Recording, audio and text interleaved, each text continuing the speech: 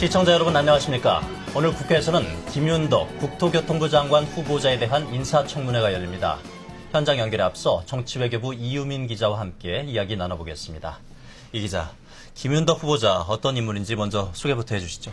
네, 김 후보자는 더불어민주당 3선 의원으로 여권의 친명계 인사로 꼽힙니다. 네.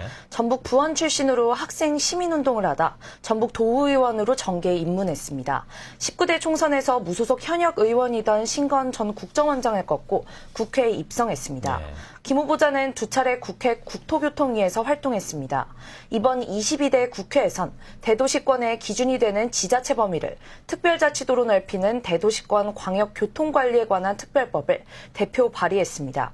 김 후보자는 지난 2021년 호남의 지역구를 둔 의원 가운데 처음으로 이재명 당시 경기지사를 대선 후보로 공개 지지한 뒤 친명계 핵심으로 분류됐습니다. 김 후보자는 민주당 조직사무부총장, 사무총장을 역임하며 22대 총선과 이번 대선을 승리로 이끌었습니다. 그럼 현역 의원인 김 후보자에 대해서는 오늘 어떤 질의가 이어질 예정인가요? 김 후보자에게는 장녀의 아파트 전세보증금 6억 5천만 원을 전액을 지원하는 과정에서 증여세 납부를 회피했다는 의혹이 제기됩니다. 이를 두고 부동산 정책을 총괄하는 국토부 장관이 자녀의 전세금을 지원하는 과정에서 법망을 회피했다는 지적이 이어질 전망입니다. 다만 현역 국회의원인 만큼 후보자 개인에 대한 도덕 검증보단 정책 역량에 초점을 맞춘 질의가 주로 이어질 전망입니다. 네.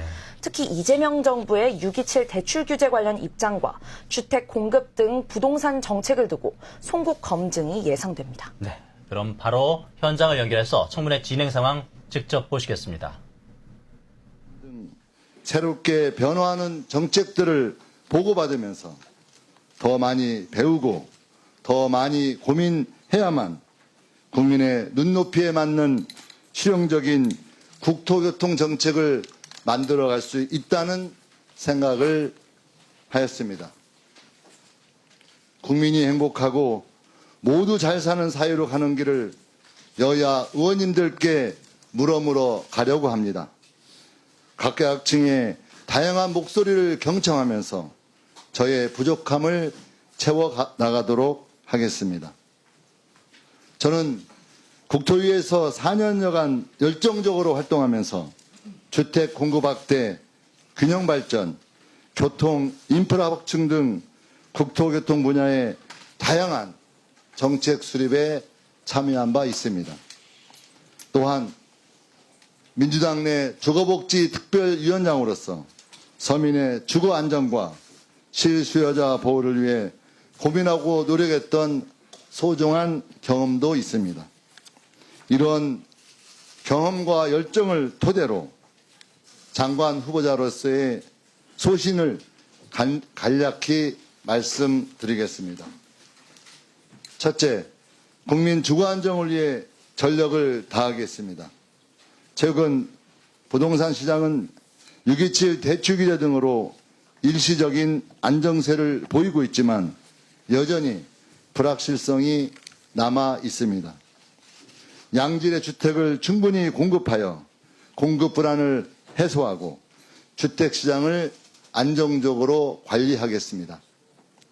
도심 내 유휴부지와 노후 공공시설 등을 활용해 역세권 등 좋은 입지의 주택 공급을 확대하고 재개발, 재건축 등 정비 사업도 공익과 사익의 조화를 고려하면서 활성화시키겠습니다. 내년 말 첫 입주가 시작되는 3기 신도시는 단계별 지연 요소를 해소하고 더욱 속도를 높이겠습니다. 국민의 기본적인 주거권을 보장하기 위해 주거 안전망을 촘촘히 구축하고 주거 사다리를 복원하겠습니다. 청년, 신혼부부, 고령자 등을 위한 맞춤형 주택 공급을 확대하고 서민, 취약계층 등의 주거비 부담도 완화하겠습니다.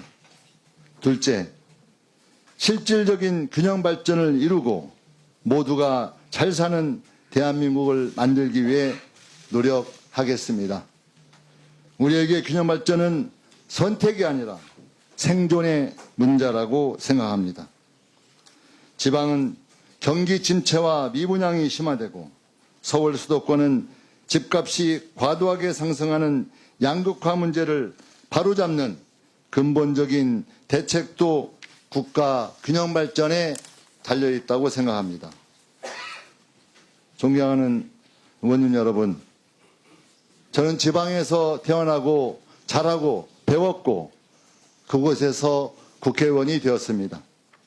그러기에 균형 발전이 우리나라의 미래를 개척하는데 얼마나 중요한지를 뼈저리게 느끼고 있습니다.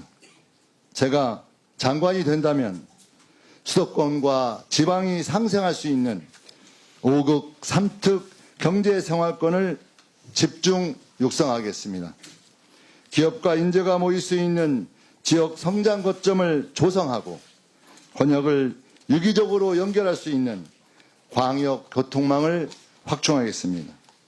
특히 강원, 전북, 제주 등 3특은 지역 자원과 연계한 특화 성장을 지원하겠습니다. 세종시는 명실상부한 행정수도로 육성하고 지역 발전에 촉매가 될 공공기관 2차 이전도 속도감 있게 확신성 있게 추진하겠습니다. 셋째, 국민들의 이동권 격차를 해소하고 어디에서나 자유롭게 연결되는 사회를 만들겠습니다. 우리 국토의 대동맥이 되는 고속철도망과 도로망을 신속히 확충하고 지역 거점 공항도 차질 없이 조성하겠습니다. 특별교통수단 확충 등을 통해 교통약자의 이동권을 보장하고 소외 지역에 대한 교통 서비스 격차도 해소해 나가겠습니다. KPS를 고도화하여 국민 교통비 부담을 경감하겠습니다. 넷째, 어려운 경제에 활력을 불어넣기 위한 성장 동력을 확충하겠습니다.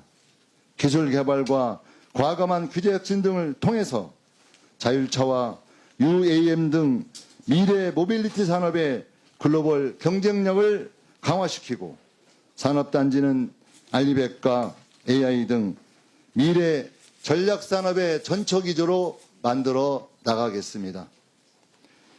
국가 경쟁력의 뿌리인 건설 분류 등 기간산업은 고부가가치, 기술 집약적인 첨단 산업으로 혁신하겠습니다.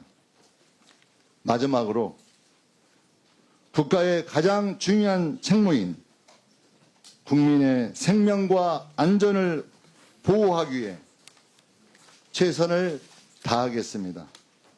최근 제주항공 참사, 싱크홀 사고 등 국민을 불안하게 하는 사고가 많이 발생하고 있습니다. 안전은 사전 예방이 핵심입니다. 도로, 철도, 교통, 항공, 지하 안전 등 국토교통 전 분야에 대한 안전 관리를 강화하고 작은 위험도 놓치지 않도록 빈틈없이 점검하겠습니다. 아울러 택배, 운송, 건설 등 현장 근로자들이 안전사고에 노출되거나 과로에 내몰리지 않고 정당한 대우를 받을 수 있도록 제도적 안전망을 강화해 나가겠습니다. 특히 안전사고에 노출되어 있는 그런 현장을 반드시 장관이 된다면 직접 찾아가서 그들과 함께 하기 위한 노력을 진행하겠습니다.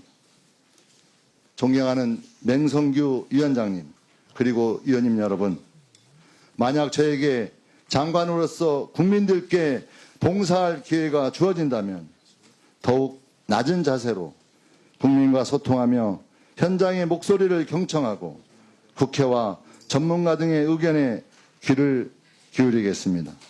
오늘 청문회에서도 국민을 대표하는 위원님들의 말씀을 경청하고 최선을 다해 성실히 답변 드리겠습니다. 오늘 청문회를 준비해 주신 것에 대해 다시 한번 감사의 말씀을 드립니다. 고맙습니다. 예, 수고하셨습니다. 자리에 앉아주시기 바랍니다. 다음 질의 순서입니다만 질의에 앞서 자료를 요구하실 의원님 계십니까? 예, 원영진 의원님. 위원장님, 이번 청문회 과정에서 우리 국토교통위원회뿐만 아니라 전반적으로 후보자가 우리 청문회 자료 제출이 부실하다는 지적이 많았습니다. 근데 저희 김윤덕 후보자가 제출한 자료도 마찬가지입니다. 먼저 후보자의 자료 제출률이 최근 국토교통부 장관 후보자 중에서 가장 낮습니다. 저희 국토위 행정실에서 파악한 결과로는 후보자는 여야 국토위원들이 요구한 자료 총 2,857건 중에 747건이 미제출돼서 73.8%입니다. 전임 박상우 장관은 81.9%, 전전임 원희룡 장관은 84.5%라는 것에 비추어서도 낮습니다. 그런데 이 수치는 여야 전체를 기준으로 산정한 것이고 실제 야당 입장에서 파악한 자료 제출률은 훨씬 낮습니다. 야당 간사인 저희 의원실에서 요구한 자료는 절반도 제출되지 못했습니다. 국토교통부를 포함해서 28개 기관에 276건을 요구했지만 절반도 채 되지 않는 101건만 제출되었습니다. 그리고 나머지 이 자료들은 인사청문 요청서를 참고하라는 등 이런 식입니다. 주요 의혹을 해소하기 위한 자료에 대한 요청에 대한 제출은 전혀 이루어지지 않고 있습니다. 후보자를 비롯해서 후보자 자녀들의 학적 관련 자료 그리고 출입국 기록 관련 자료를 달라고 요청을 했습니다. 요청을 했는데 돌아오는 답변이 가족과 관련된 사항은 본인의 진상과 관련이 없는 가족 개인정보로서 제출이 곤란한 점을 양해해 달라고 하면서 본인에 대한 학력 부분들도 지금 인사청문회 요청한 9페이지를 살펴보라고 이렇게 답이 왔는데 9페이지를 보면은 이력서에 2줄 학력밖에 없습니다. 너무나 부실한 자료입니다. 사실 자녀들의 학력 부분들과 출입국 기록을 요청했던 것은 아니길 바랍니다만은 후보자 자녀들도 이진숙 교육부 장관 후보자처럼 필리핀으로 조기에 유학을 보냈다는 제보가 있기 때문에 이것을 확인하려면은 이 부분들만 제출하면은 말끔하게 정리되는데 이 자료를 주지 않고 있습니다.